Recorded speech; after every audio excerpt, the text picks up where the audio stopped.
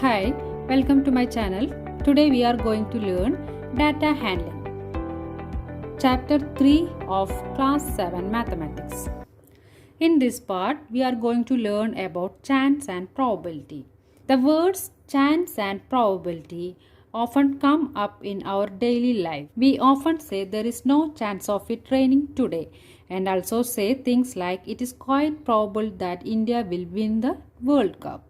Let us try and understand these terms a bit more. Consider the statements. First statement is the sun coming up from the west and ant growing to 3-meter height. If you take a cube of larger volume, its side will also be larger.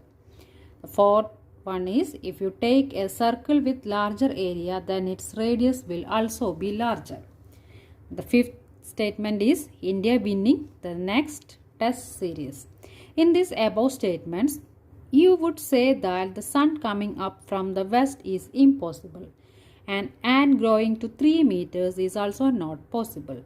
On the other hand, if the circle is of a larger area, it is certain that it will have a larger radius. You can say the same about the larger volume of the cube and the larger side. On the other hand, India can win the next test series or lose it. Both are possible.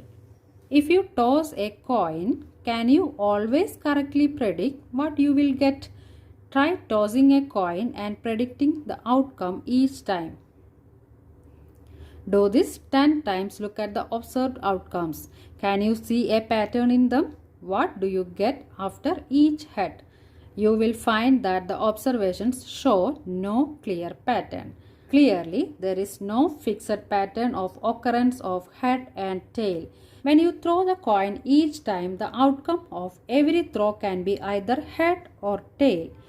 It is a matter of chance that in one particular throw you get either of these. You also might have played with a die. The die has 6 faces. When you throw a die, can you predict the number that will be obtained? While playing Ludo or Snake and Ladders, you may have often wished that in a throw you get a particular outcome. Does the die always fall in according to your wishes? No. Then, what is probability?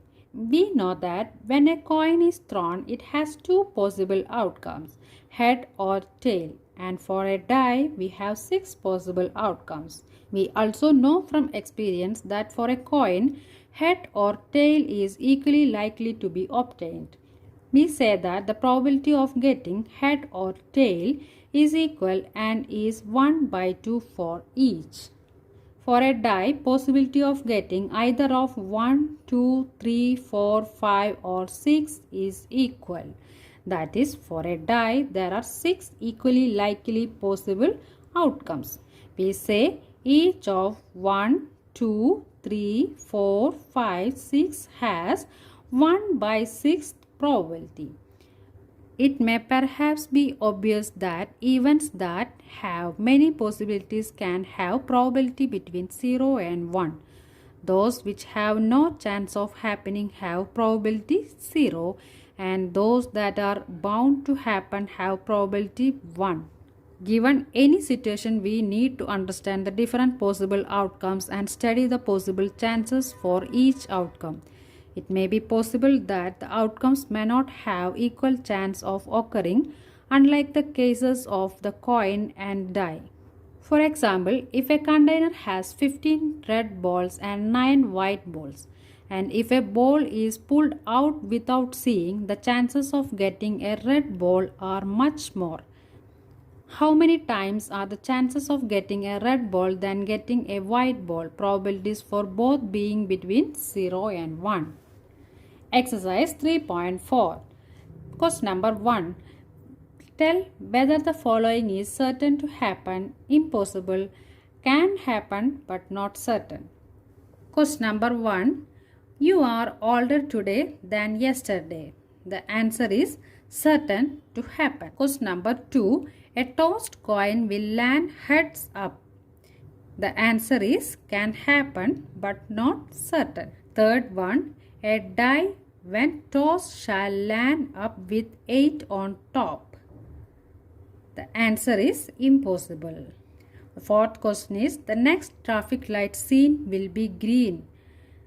The answer is can happen but not certain. Fifth one is, tomorrow will be a cloudy day. The answer is can happen but not certain. Question number 2.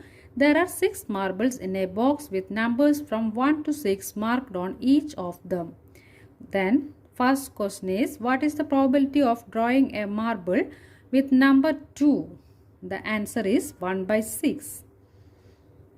Question number 2. What is the probability of drawing a marble with number 5? The answer is 1 by 6. Third question. A coin is flipped to decide which team starts the game. What is the probability that your team will start? The answer is 1 by 2. What we have learned in this lesson? The collection, recording and presentation of data help us organize our experiences and draw inferences from them. The second point is, before collecting data, we need to know what we would use it for. Third, the data that is collected needs to be organized in a proper table so that it becomes easy to understand and interpret. Fourth one, average is a number that represents or shows the central tendency of a group of observations or data. Arithmetic mean is one of the representative values of data. Sixth, mode is another form of central tendency or representative value.